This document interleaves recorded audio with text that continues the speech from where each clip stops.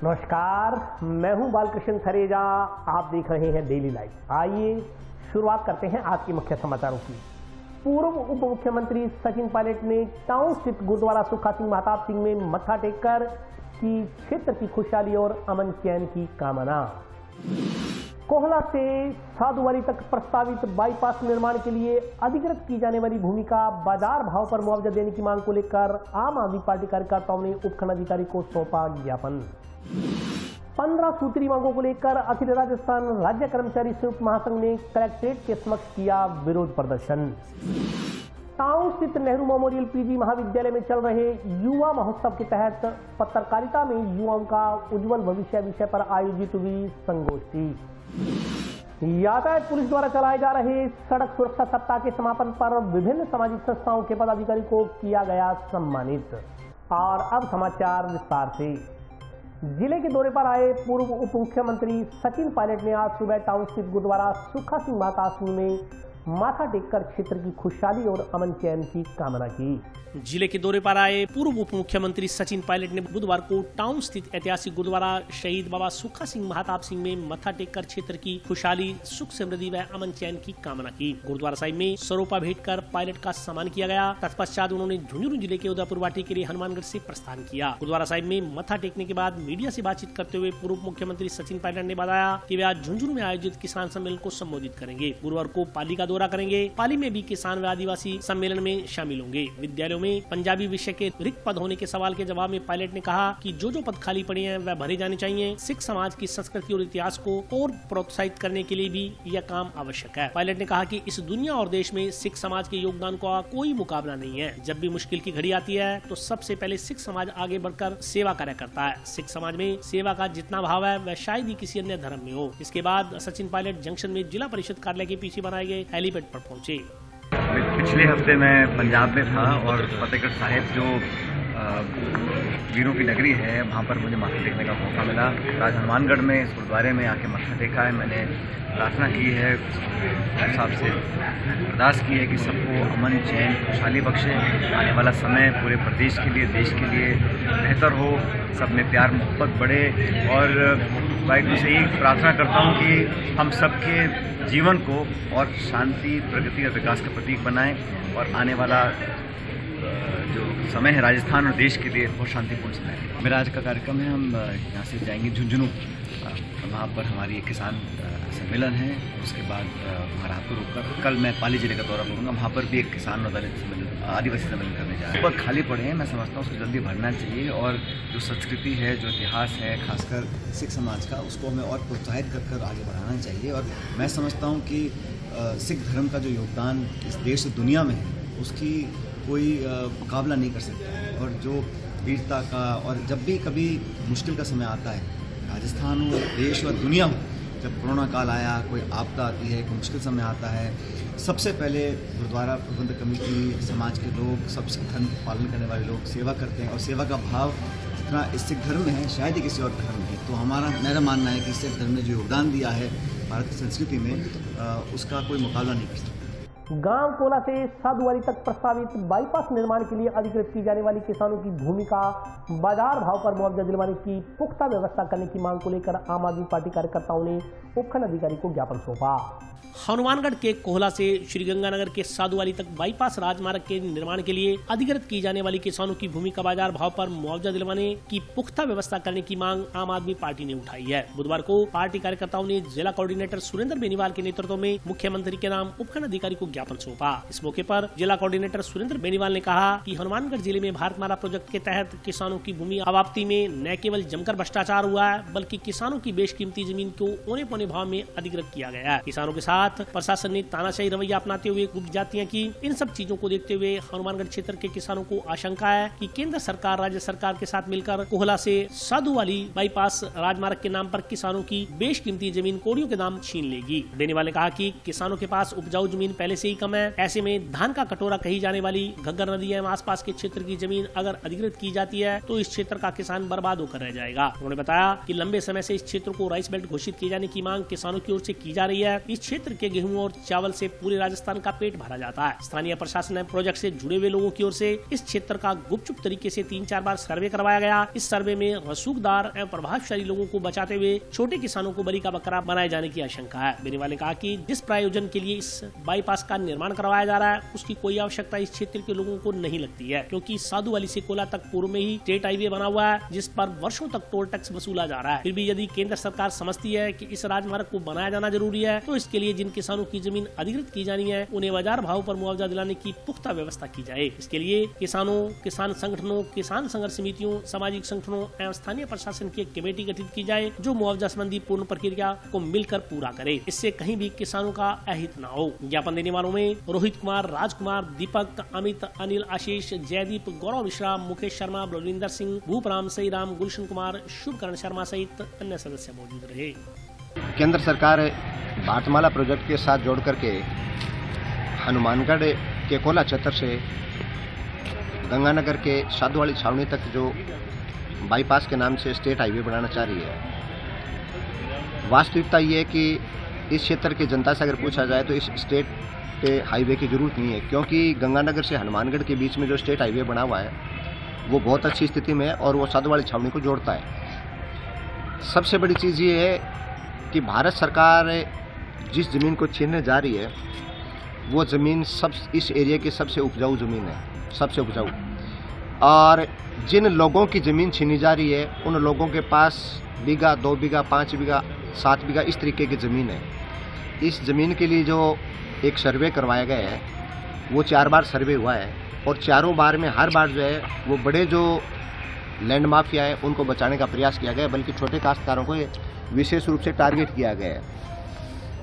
आम में लोगों की धारणा ये है कि इस क्षेत्र की इस ज़मीन को जो अधिग्रहित नहीं किया जाए, फिर भी अगर सरकार को लगता है कि इसका अधिग्रहण किया जाना जरूरी है तो सरकार आज जो वर्तमान मूल्य पे जो ज़मीन की कीमत है वो कीमत के अनुसार किसानों को मुआवजा दे। और सबसे जो बड़ी चीज़ है वो ये है कि किसानों की ज़मीन अधिग्रहण करने के लिए एक कमेटी गठित की जाए जिसमें मुख्य जो स्टेक होल्डर किसान है, किसान संगठनों को, किसान संघर्ष समितियों को, सामाजिक संगठनों को और स्थानीय जनप्रतिनिधियों को जो है वो इसमें शामिल किया जाए, स्थानीय प्रशासन को शामिल किया जाए और इन सबको शामिल करके एक कमेटी गठित की जाए जो इस पूरी प्रक्रिया को फॉलो करे, इस पूरी प्रक्रिया के नफ़े नुकसान को देख करके और किसानों के हित में बात करें। हमने आज मुख्यमंत्री साहब को ज्ञापन भिजवाया है और उसमें हमारी मुख्य जो मांग है वो ये है कि आप जो है किसानों का पक्ष भारत सरकार के सामने रखें। अगर सरकार ये पक्ष रखे कि ये बहुत बेशकीमती ज़मीन है और सबसे उपजाऊ ज़मीन है, इस क्षेत्र की जो ज़मीन है ये पूरे राजस्थान का पेट भर रही है गेहूं और चावल पैदा करके, और फिर भी यदि इस बेशकीमती ज़मीन को सरकार छीनेगी तो इस क्षेत्र के किसानों के साथ बहुत बड़ा अन्याय होगा। और हमारी ये मांग है कि किसानों के साथ अन्याय नहीं हो। अगर किसान की ज़मीन छीनने की अगर सरकार की कोई मजबूरी है तो किसानों को जो है उनके हितों की रक्षा करते हुए उन्हें आज बाजार भाव से जो है मुआवजा दिया जाए। 15 सूत्री मांगों को लेकर अखिल राजस्थान राज्य कर्मचारी संयुक्त महासंघ सदस्यों ने आज कलेक्ट्रेट के समक्ष विरोध प्रदर्शन किया। धोखेबाजी नहीं चलेगी, नहीं चलेगी, नहीं चलेगी। धोखेबाजी नहीं चलेगी, नहीं चलेगी, नहीं चलेगी। धोखेबाजी नहीं चलेगी, नहीं चलेगी, नहीं चलेगी। समान काम समान वेतन की नीति लागू कर पूर्व के वेतनमानों में उत्पन्न विसंगतियों का निराकरण करने सहित 15 सूत्री मांगों को लेकर अखिल राजस्थान राज्य कर्मचारी संयुक्त महासंघ के बैनर तले बुधवार को जिले भर के कर्मचारियों ने जिला कलेक्ट्रेट के समक्ष विरोध प्रदर्शन किया। इससे पहले जिले भर के कर्मचारी वाहन रैली निकालते हुए जिला कलेक्ट्रेट के समक्ष पहुंचे। वाहन रैली गाँव कोला से शुरू होकर जिला कलेक्ट्रेट पहुंची। विरोध प्रदर्शन के बाद मुख्यमंत्री और मुख्य सचिव के नाम ज्ञापन सौंपा गया। कर्मचारियों की ओर से 23 जनवरी को जयपुर में आक्रोश महारैली निकालने की घोषणा की गई है। जिलाध्यक्ष चंद्रभान जानी ने बताया कि महासंघ की ओर से पिछले 4 सालों से शासन एवं सरकार में सक्षम स्तर पर ज्ञापन एवं मांग पत्र देकर मांगों के निस्तारण के लिए बार बार निवेदन किया जा रहा है। महासंघ के प्रतिनिधि मंडल ने 16 नवंबर 2022 को मुख्य सचिव को ज्ञापन प्रेषित कर 30 नवंबर तक मांगों का निस्तारण करने का अनुरोध किया था। मांगों का निस्तारण नहीं करने पर आंदोलन करने की चेतावनी दी गई थी। इसके बावजूद मांगों का निस्तारण तो दूर महासंघ से वार्ता भी नहीं की गई, जबकि मुख्यमंत्री की ओर से विभिन्न मुलाकातों तथा वीडियो कॉन्फ्रेंसिंग से हुए संवाद में महासंघ की मांगों को उचित मानते हुए बार बार निस्तारण का आश्वासन दिया गया। इसके अलावा महासंघ के घटक संगठनों की ओर से किए गए आंदोलनों में शासन तथा सरकार की ओर से सहमतियां तथा समझौते तो किए गए, लेकिन एक भी समझौते की क्रियान्वयन नहीं की गई, जो कर्मचारी संगठनों के विरुद्ध छल व विश्वास तोड़ने की नीति को प्रदर्शित करता है। इससे प्रदेश के 8 लाख कर्मचारियों में निराशा तथा आक्रोश का माहौल व्याप्त है। उन्होंने कहा कि इससे आहत होकर महासंघ ने आंदोलन का आगाज किया है। आंदोलन के प्रथम चरण में 15 दिसंबर 2022 को जिला कलेक्टर के माध्यम से ज्ञापन सरकार को भिजवाए गए। 11 जनवरी 2023 को प्रदेश के सभी उपखंड अधिकारियों के मार्फत पुनः ज्ञापन सौंपे गए। कोई असर न होने पर प्रदेश के 8 लाख कर्मचारियों की ओर से 23 जनवरी को जयपुर में महाआक्रोश रैली निकालने का निर्णय लिया गया है। इस मौके पर आजाद सारण, दीपक पूनिया, मुकेश कुमार, इंद्रपाल, सुखचरण सिंह, कमलकांत, सुखदीप सिंह, राजपाल गोदारा, बेगराज खोत, ओम प्रकाश नंदेवाल, सुरेश जांगिड़ सहित अन्य कर्मचारी मौजूद रहे। सरकार ने कर्मचारियों के हितों के लिए जो कमेटियां बनाई है, अब सबने रिपोर्ट पेश कर दी। सामंत कमेटी ने रिपोर्ट पेश कर दी, खेमराज कमेटी की भी रिपोर्ट आ गई है। ना किसी प्रकार से उन पर विचार हो रहा है, ना कर्मचारी संगठनों के साथ संवाद स्थापित किया जा रहा है। बिल्कुल संवादहीनता बनी हुई है। कोई चैनल जो है कोई काम नहीं कर रहा है, सब ये सरकार बचाने में लगे हुए हैं। तो हमारा राजस्थान सरकार से निवेदन है कि आप कृपा करके होश में आइए।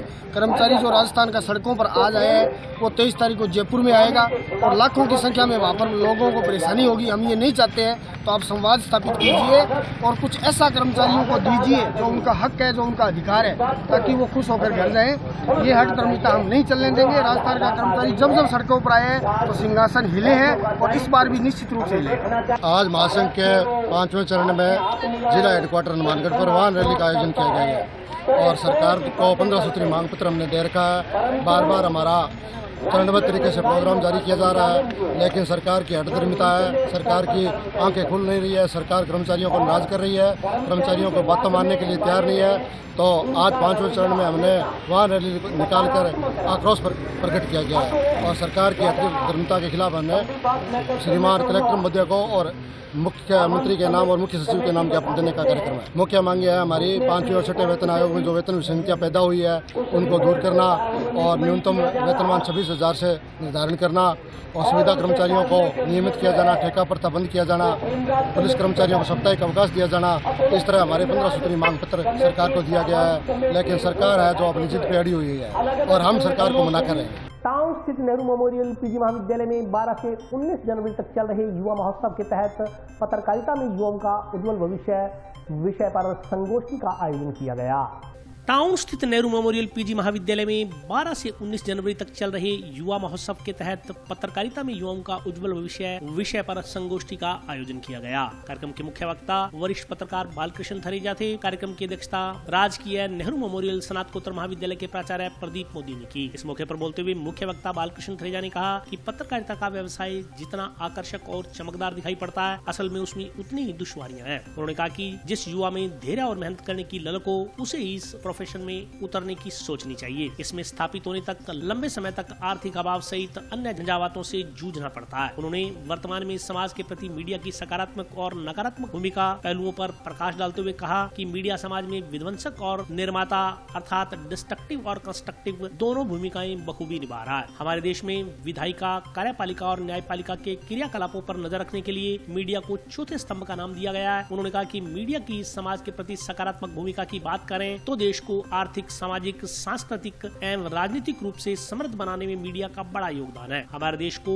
आजादी दिलाने में होने वाले आंदोलनों में मीडिया ने अग्रणी भूमिका निभाई थी। महात्मा गांधी से लेकर अन्य कई नेता पत्रकारिता से जुड़े रहे। सकारात्मक पहलू ये भी है कि मीडिया ने जहां जनता को निडरतापूर्वक जागरूक करने का काम किया है, वहीं भ्रष्टाचार को उजागर करने, सत्ता को बेलगाम होने से रोकने का काम भी मीडिया ने ही किया है। मुख्य वक्ता बालकृष्ण थरेजा ने नकारात्मक पक्ष गिनवाते हुए कहा कि कई मीडिया संस्थानों ने लालच, भय, द्वेष, कंपटीशन, दुर्भावना एवं राजनीतिक कुचक्कर के जाल में फंसकर अपनी प्रतिष्ठा को भी कम किया है। व्यक्तिगत या संस्थान के स्वार्थों के लिए पीठ पत्रकारिता को भी अपनाया है। किसी को ब्लैकमेल करना, चटपटी खबरों को तवज्जो देना, खबरों को तोड़ मोड़ कर पेश करना, दंगे भड़काने वाली खबरें प्रकाशित करना, लालच में सत्तारूढ़ दल की चापलूसी करना, अनावश्यक रूप से किसी की भी प्रशंसा और महिमा मंडन करना और किसी दूसरे की बिना कारण आलोचना करना, ऐसे अनेक काम है जो आजकल कुछ मीडिया संस्थानों द्वारा किए जा रहे हैं। उन्होंने कहा कि दुर्घटना एवं संवेदनशील मुद्दों को बढ़ावा बढ़ा चढ़ाकर पेश करना, पॉजिटिव खबरों को नजरअंदाज करना आजकल मीडिया का एक सामान्य लक्षण हो गया है। मीडिया के इस व्यवहार से समाज में अव्यवस्था और असंतुलन की स्थिति पैदा होती है। उन्होंने कहा कि इंटरनेट के माध्यम से पश्चिमी संस्कृति का आगमन और प्रसार हो रहा है, जिससे समाज में अनावश्यक फैशन, अश्लीलता, चोरी, गुंडागर्दी जैसी घटनाओं में वृद्धि हो रही है। इस पतन के कारण युवा पीढ़ी भी गर्त में धंसती जा रही है। इंटरनेट के माध्यम से बेहुदा सामग्री उन तक पहुंच रही है, जिससे उनमें नैतिकता, संस्कृति और सभ्यता की लगातार कमी आती जा रही है। कार्यक्रम में विचार व्यक्त करते हुए प्राचार्य प्रदीप मोदी ने कहा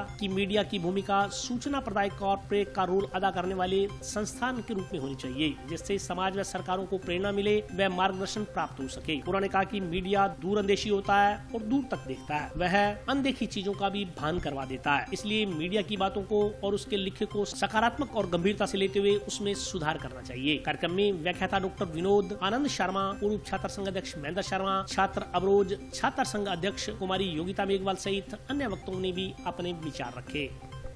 अब हम एंकर हैं कि एक्टर हैं पता नहीं चल रहा मुझे। आधी न्यूज असली है, आधी दूसरे साथ गाने बना रहे हैं। सीरीज पत्रकारिता खत्म होती जा रही है, क्योंकि हम खत्म करें ना, हमको समझ नहीं आती। इसलिए कार्यक्रम करवाया था।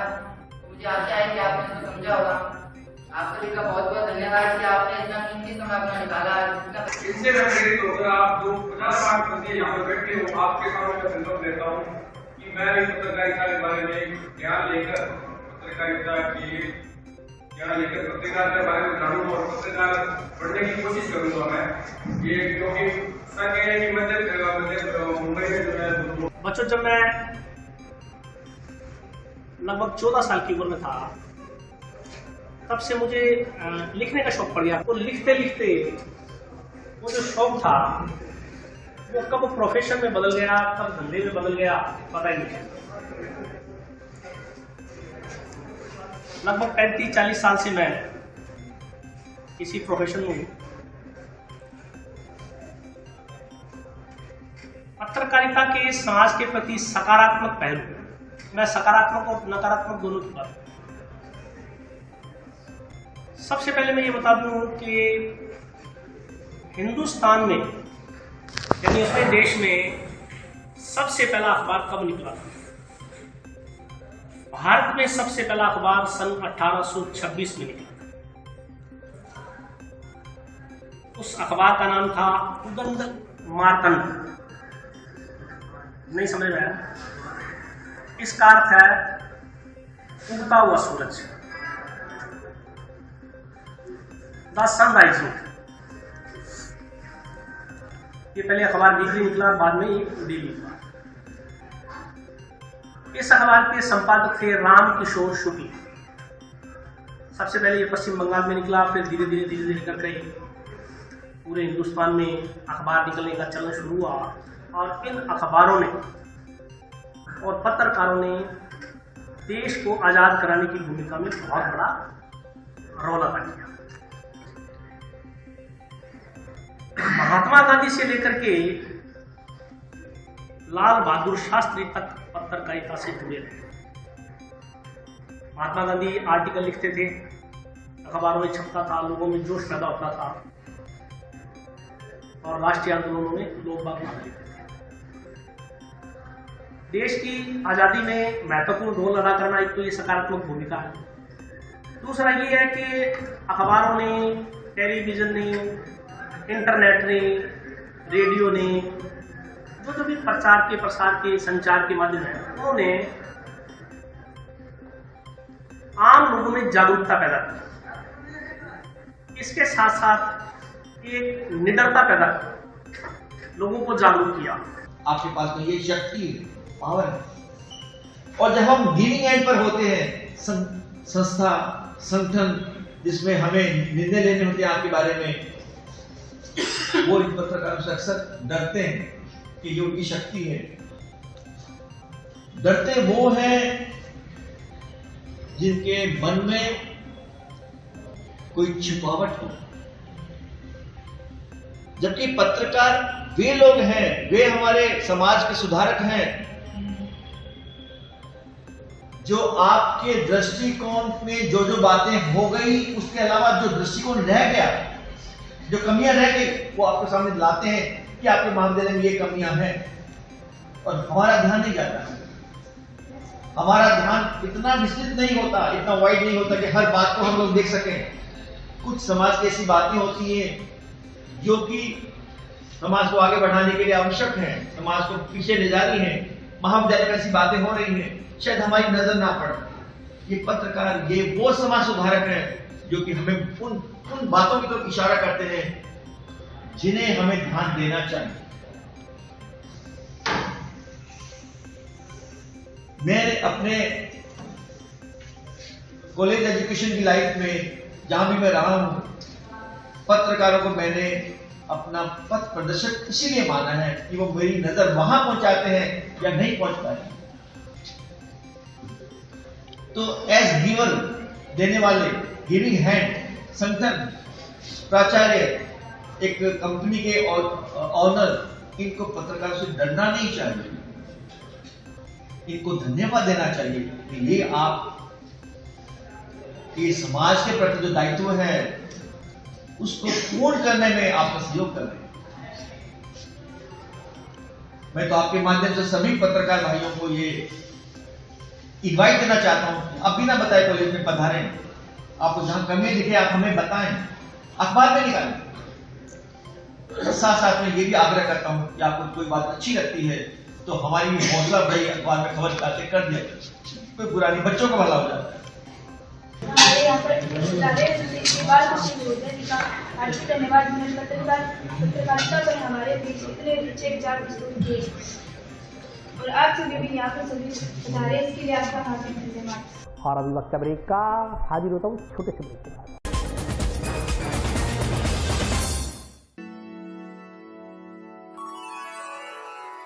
यूं तो कई बार मुझे हंसते देखा है, पर ये हंसी कुछ और है। ये गहना मुझ पर जचता है, पर ये महज एक गहना नहीं, ये रूपरेखा है मेरे मन की, हंसती खिलखिलाती लहरों की, जो आतुर थी अब तक मुझ पर सजने को। इसलिए ये गहना ही मेरा सच्चा श्रृंगार है, श्रृंगार है, श्रृंगार है।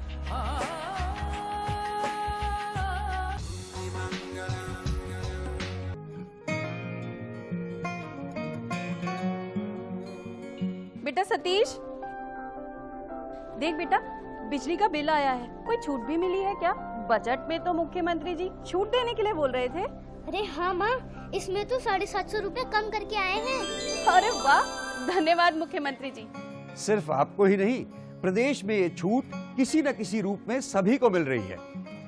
100 यूनिट तक बिजली उपभोग करने वाले उपभोक्ताओं को 50 यूनिट भुगतान तक की छूट, 150 यूनिट तक वाले उपभोक्ताओं को 3 रुपए प्रति यूनिट और 150 से 300 यूनिट तक उपभोग करने वाले उपभोक्ताओं को 2 रुपए प्रति यूनिट की छूट दी जा रही है। याद रहे, बिजली की बचत ही बिजली का उत्पादन है।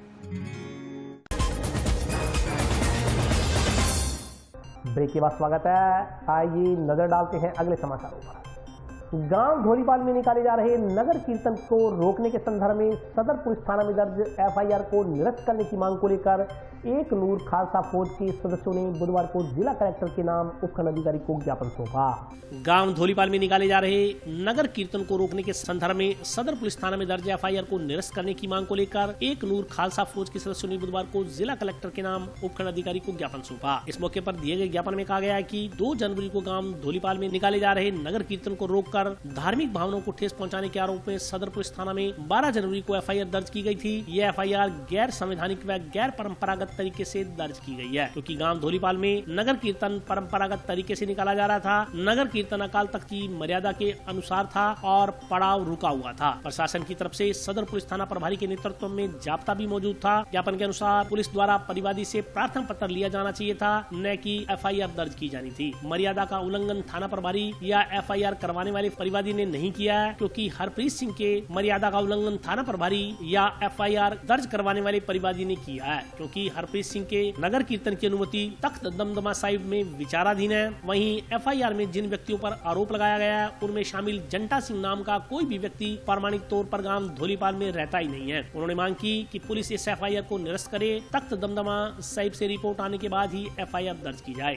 मामला था ये जी FIR नहीं करती, मैं तो उसे बोला भी है नहीं सीधा जो बेहद विधा ਉਹਦਾ ਲਾਇਆ ਮੈਨੂੰ ਤਾਂ ਸਰੂਪੇ ਮਿਲੇ ਥਾਂ ਤੋਂ ਮੈਨੂੰ 5 ਪੈਰੇ ਨਹੀਂ ਮਨੋਂ ਨਹੀਂ ਕੀਤਾ ਸੀਗਾ सेवा ਦੇ ਵਿੱਚ और वह जी कोई गल ही नहीं, घटना तो जी हुई ही नहीं ना, हमारे को तो पता ही नहीं उस बात का, ये तो इसीलिए तो आए हैं। हम तो धोलीपाल में खड़े थे, पहले से हमारा कई वर्षों से चल रहा है तो नगर कीर्तन, वहाँ हम जितने भी पड़ाव करते हैं आए वर्ष उसी तरह करते हैं, वहाँ पर उसी तरह से सारा किया है। इसमें कोई भी बेअदबी भी कोई भी बात नहीं है, कोई किसी को रोका नहीं है, किसी से कोई भी बात नहीं किया है। प्रशासन का मसला है, FIR निरस्त की जाए। मामला ये है जी जो मतलब कि SHO सर हैं मतलब कि थाना सदर के, उन्होंने मतलब कि किस विषय में आके FIR दर्ज की थी, क्योंकि वो वहाँ प्रभारी थे, उन्होंने इसको मैनेज किया था। तो अगर जो नगर कीर्तन को वायोलेट किया गया जो 1 किलोमीटर दूर था, धौलीपाल के नहर के पुल के पीछे था, अगर वायोलेशन हुई तो उनकी तरफ से हुई है। तख्त से 5 प्यारों से जो अपने एविडेंस दिए हैं सारे प्रेस में, वो सारे के सारे इसमें आ नहीं रहे, ठीक है ना जी। जो गुरुद्वारा साहब से जो मेन है उन्होंने सभी ने लिख के दिया हुआ हम और हमने प्रशासन को श्योर किया था, तभी तो प्रशासन जाब्ते में आया था। हमारी मांग तो यही है जो FIR है, जब तक तख्त श्री दमदमा साहब से डिसीजन नहीं आता उतनी देर तक इस FIR का कोई औचित्य नहीं है, इसे निरस्त किया जाए। और ये भावनाओं से खिलवाड़ है, जो बंदे कर रहे हैं उनको इस बात के लिए पाबंद किया जाए कि आपने 2 से लेकर 13 तारीख तक वेट कैसे किया, क्योंकि उन्होंने सारे हथकंडे अपनाए हैं, उनको वहाँ से निराशा मिली है, तख्त से यहाँ आके ये मतलब कि अपने निज हित और मानसिक उत्पीड़ा देने के लिए ये कार्य कर रहे हैं। आपको प्रशासन को, पत्रकारों को, सभी को पता है कि एक नूर खालसा फौज एक बहुत ही कॉन्स्टिट्यूशनल और गुरमुख लहजे से चलने वाला नॉन पॉलिटिकल संगठन है, और उनके जिला अध्यक्ष के नाम से जो उनका FIR दर्ज है वो गुरजंट सिंह धौलीपाल के नाम से दर्ज नहीं है। तो हम फिर भी आए हैं, इसके लिए कोई बवाल या कोई ऐसा विषय ना खड़ा हो, क्योंकि ये हमारे संगठन को टारगेट करने के लिए है। गुरजंट सिंह धौलीपाल हमारे तख्त से सिंह साहब से जो वेरीफाइड नेम है उसको मतलब कि इलीगली ट्रांसजेंड करके लिखा गया है, जो हमें बर्दाश्त नहीं है। हम इसलिए आए हैं, ऐसी बात नहीं है, परिवार के तौर पर तो FIR सभी पे होती रहती हैं, जो पारिवारिक मसले हैं या निज के मसले होते रहे वो कैसे होता रहो। और जब हमारे को इस बात के लिए ये कन्फर्म हुआ है कि हमें इस बात की शंका है भी कल को प्रशासन ने अगर कोई प्रक्रिया शुरू करने की कोशिश की, गुरजंट सिंह धौलीपाल का नाम आता है तो इट मीन्स पूरी की पूरी राजस्थान यूनिट का नाम आता है, जो एक सच्चे सुच्चे इंसान है।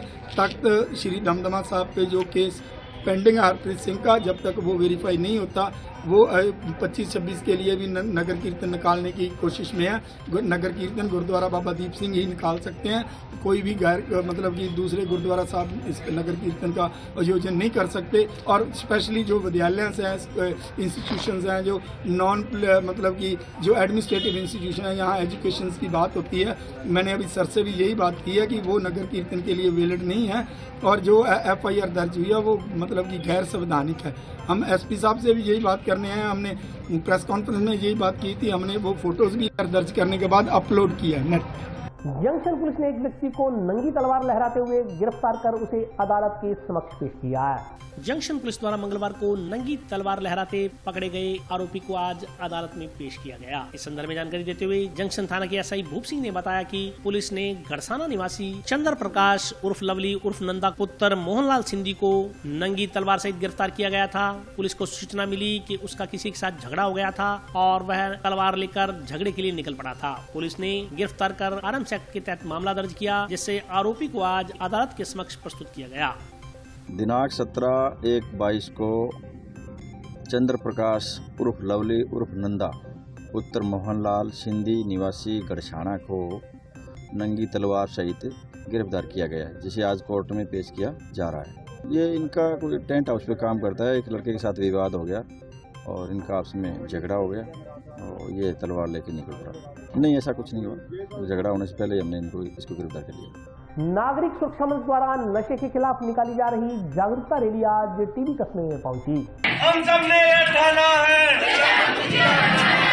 इनकलाब जिंदाबाद, इनकलाब जिंदाबाद, इनकलाब जिंदाबाद। नागरिक सुरक्षा मंच द्वारा नशे के खिलाफ निकाली जा रही पदयात्रा बुधवार को जिले के टीबी कस्बे में पहुंची। यहां स्वामी विवेकानंद कॉलेज में एक कार्यक्रम आयोजित किया गया। कार्यक्रम में विद्यार्थियों द्वारा हाथ में नशे के खिलाफ स्लोगन लिखे पट्टियां लिए हुए रैली निकाली गई। इस दौरान आयोजित कार्यक्रम में विचार व्यक्त करते हुए नागरिक सुरक्षा मंच के सचिव आशीष गौतम ने युवाओं से जीवन में कभी नशा नहीं करने का संकल्प लिया। उन्होंने कहा कि नशे से जहाँ आर्थिक नुकसान होता है वहाँ स्वास्थ्य भी जर्जर हो जाता है। उन्होंने कहा कि शारीरिक रूप से बीमार व्यक्ति कभी भी स्वस्थ सोच नहीं रख सकता। यदि सोच स्वस्थ नहीं होगी तो विद्यार्थी जीवन में आने वाली परीक्षाओं का सामना नहीं कर पाएगा। ऐसी स्थिति में नशा करने का आदी युवा दिनों दिन पिछड़ता जाएगा। उन्होंने कहा कि नशे जैसी नामुराद बीमारी से दूर रहकर सकारात्मक सोच अपनाते हुए उत्तरोत्तर प्रगति करते हुए अपने जीवन को बेहतर बनाएं। दोस्तों, बहुत से सवाल युवाओं के मन में हमेशा रहते हैं और आप सोचिए कि हनुमानगढ़ और गंगानगर इलाके को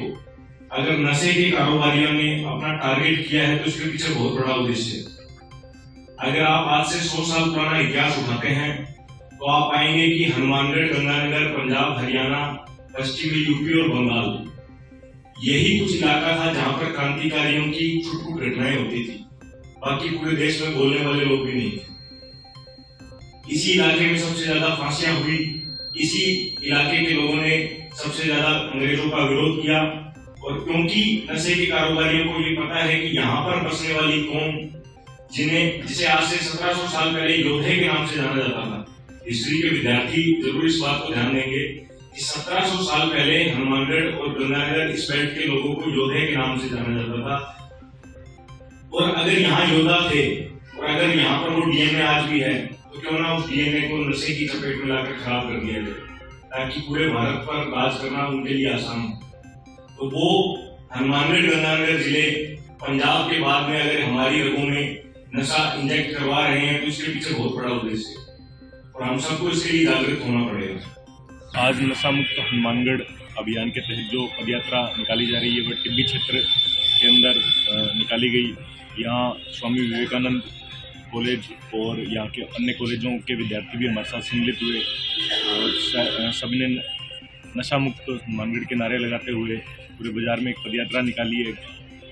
दुकानदारों ने, वहाँ के लोगों ने हमें जन समर्थन दिया है और यही कोशिश है कि आगे भी लोग जुड़ते रहेंगे और युवा हमारे साथ में जिस तरीके से जुड़ रहे हैं ऐसा लगता है कि एक ना एक दिन हम इस मुकाम को पालेंगे और हनुमानगढ़ नशा मुक्त हनुमानगढ़ जो इसका स्लोगन है उसको जरूर साथ। नागरिक सुरक्षा मंच के सचिव आशीष गौतम के नेतृत्व में जो पैदल यात्रा निकाली जा रही है नशा मुक्ति की, ये यात्रा लगातार हनुमानगढ़ क्षेत्र के प्रत्येक ग्रामीण क्षेत्र में जारी है और आज टीबी क्षेत्र के अंदर एसटी कॉलेज के और स्वामी विवेकानंद कॉलेज के छात्र छात्राओं ने भी इस नशा मुक्ति अभियान में भागीदारी निभाई और उन्होंने इस बात का प्रण किया कि ना हम नशा करेंगे और ना नशा करना देंगे। ये नशा घर परिवार को उजाड़ने वाली एक बहुत ही कुरीति है, इसको दूर किया जाएगा और लगातार हनुमानगढ़ के इस नायाब हीरे आशीष गौतम के नेतृत्व में जो ये नशा मुक्ति अभियान जारी है, ये पैदल मार्च इस बात के लिए मार्ग दिखा रहा है कि हमें नशे को छोड़कर हमें एक अच्छे मार्ग की ओर बढ़ना है और हमें एक अच्छे सुराष्ट्र को स्थापित करना है। हम इस भारत के वो नागरिक हैं जो नशा मुक्त चाहते हैं। यातायात पुलिस द्वारा चलाए जा रहे सड़क सुरक्षा सप्ताह का आज समापन किया गया। इस मौके पर सहयोग देने वाली विभिन्न सामाजिक संस्थाओं के पदाधिकारियों को सम्मानित किया गया। यातायात पुलिस द्वारा चलाए जा रहे सड़क सुरक्षा सप्ताह का आज समापन किया गया। समापन अवसर पर टाउन स्थित यातायात पुलिस थाना में कार्यक्रम का आयोजन किया गया। कार्यक्रम के मुख्य अतिथि जिला पुलिस अधीक्षक अजय सिंह राठौड़ थे। इस मौके पर विभिन्न सामाजिक संगठनों के प्रतिनिधियों को सम्मानित किया गया। पुलिस अधीक्षक ने बताया कि इस दौरान आम जन को और वाहन चालकों को ट्रैफिक नियमों के प्रति जागरूक करने का काम किया गया। विभिन्न संगठनों द्वारा इस कार्य में सहयोग दिया गया। ऐसे संगठन के पदाधिकारियों को स्मृति चिन्ह प्रदान कर सम्मानित किया गया। कार्यक्रम में यातायात प्रभारी Anil Chinda, food and merchant association के अध्यक्ष संतराम जिंदल, रमेश मुटनेजा, टोनी कालाडा, इंदर पाहवा, गिरिराज शर्मा सहित अन्य लोग उपस्थित रहे।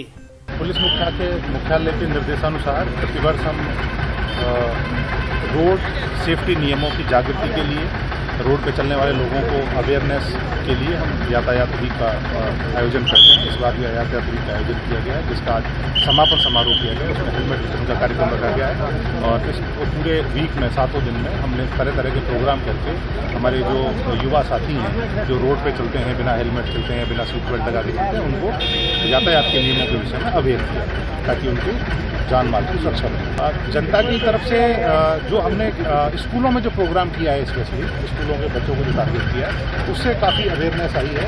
बच्चे घर जा करके अपने माता पिता को, अपने बड़े भाई को, बड़ी बहन को ये बताते हैं कि आज स्कूल में इस तरह की ट्रेनिंग दी गई कि हेलमेट लगा के घर से बाहर निकलना है, तो उसका धीरे धीरे प्रभाव आया। और आज के लिए बस इतना ही। कल फिर हाजिर होता हूँ नए समाचारों के साथ। तब तक के लिए नमस्कार।